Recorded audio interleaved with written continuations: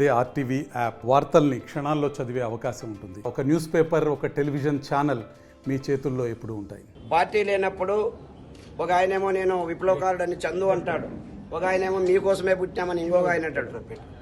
నిజంగా లక్షలాది మందిని నేను ఆంధ్రప్రదేశ్ నుంచి ఒరిస్సా వరకు తిరిగిన, మనసులను సర్వే చేసిన, నా అవగాహన గొప్పదని నేను అనుకున్నా.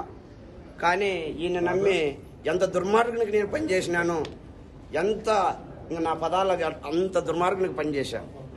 అంటే రాప్తాడు నియోజకవర్గంలో పరిటాల కుటుంబం అనేటువంటిది ఒక 25 సంవత్సరాలుగా ప్రజలను హింసిస్తోంది.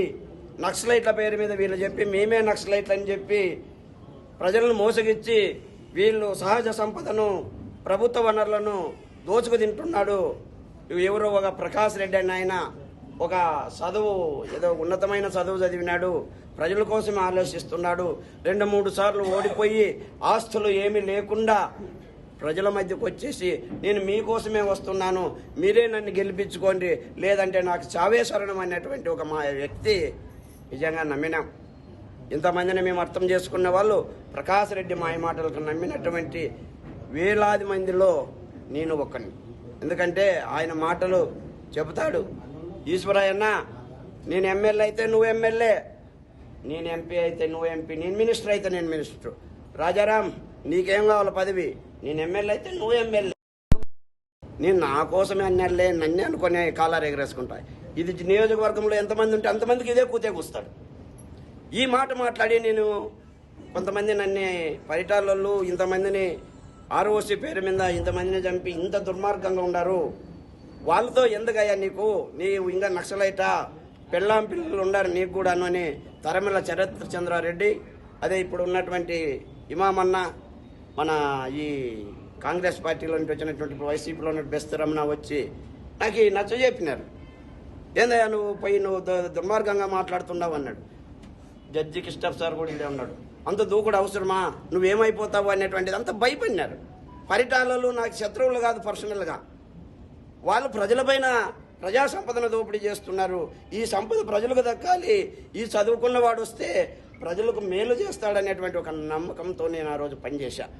నాతో పాటు ఎంతోమంది నన్ను నమ్మి, మేము డైరెక్టు ఎమ్మెల్యే దగ్గరికి పోకోకున్నా కూడా మా ప్రతినిధిగా రాజారాం ఉంటాడు కదా, రాజారాం తరఫున మనం పనులు చేయించుకోవచ్చు అనేటువంటి ఎంతోమంది నన్ను నమ్మి చాలామంది వచ్చి వాళ్ళు కూలికి పోయి కూడా ఆ రోజు కూలికి ఇడిచి కొట్టిపోయినాడు. దీంట్లో ఎలక్షన్లో నీ దగ్గర కోట్లు ఉన్నవాడు కాదు, వాడు కోడో ఒక ఆవో ఒకటి ఉన్నటువంటి దాన్ని పని నిడిచిపెట్టి రావడం కూడా వాళ్ళు ఒక త్యాగం చేశారు. మేము నక్సలైట్ల ఉద్యమంలో పనిచేసినప్పుడు మా మీటింగ్లో పెడితే జనాలు పోలీసులని కళ్ళు కప్పి వచ్చి మీటింగ్లో పాల్గొన్నాడు. అదేవిధంగా ఆ రోజు పరిటాలలో ఈయన గ్రామాలకు రాకోకుండా ఈయన రామగిరి మండలంలోకి రాకోకుండా ఉన్నప్పుడు ఎస్సీ ఎస్టీ బీసీ మీద ఒక వలయంగా నిలబడి చేసినారు. అదే 2014-9లో జీపులు కాల్చారు. ఈయనవి జీపులు కాలిస్తే ఇక్కడే ఉన్నాడు కుంటమధ్య ఆనంద్, వీళ్ళంతా కూడా కాపాడినారు వాళ్ళు. మా ఆడోళ్ళు కొంగల సాటున నిలబెట్టి ప్రకాష్ రెడ్డిని రామగిరి మండలం దాటించినారు. అంత తొందరగా మర్చిపోతే ప్రకాష్ రెడ్డి, నీ దగ్గర డబ్బు లేదని, నీ దగ్గర డబ్బర్ లేదని మీ రెడ్డి సామాజిక వర్గం ఎక్కడో ఎన్ఆర్ఐలు ఐటీ వింగోళ్ళు రూపాయికి రూపాయి వేసుకొని వచ్చి పరిటాల కుటుంబానికి వ్యతిరేకంగా నిలబడతాడు ప్రకాష్ రెడ్డి. మా రెడ్డి సమాజ వర్గానికి ఈయనే ప్రతినిధి అన్నాడు. నువ్వేం చేసావు? నేను బిల్లే ఈశ్వరయ్య గారు జెడ్పీటీసీగా గెలిచినటువంటి వాళ్ళ తమ్ముడిని 2014 నుంచి స్టిల్ 2024 వరకు కూడా ఆ ఫ్యామిలీ అంటే ఎంతో అనుభవంతో, ఎంతో అభిమానంతో అభిమానించినటువంటి కుటుంబాలలో మా కుటుంబం కూడా ఒకటి. అదేవిధంగా ఈ రోజు రాప్తాడు నియోజకవర్గంలో జరుగుతున్నటువంటి విషయాలను పరిశీలిస్తే ఈ రోజు ఎక్కడే కానీ మాట్లాడేదానికి వాయిస్ లేకుండా చేసినటువంటి వ్యక్తి ఈ తోమిరెడ్డి కుటుంబం.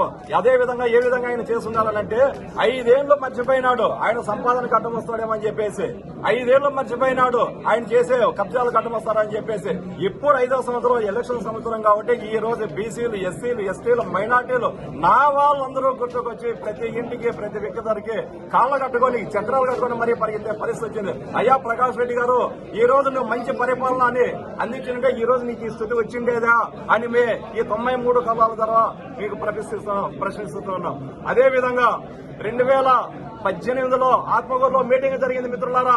ఆ మీటింగ్ లో ఇదే చంద్రబాబు రెడ్డి గారు, ఇదే ప్రకాష్ రెడ్డి గారు మాట్లాడుతూ, అయ్యా నన్ను ఒక్కసారి అసెంబ్లీ పంపించేసండి, అదే విధంగా మా కార్యాచరణ కూడా ప్రకటిస్తున్నాము.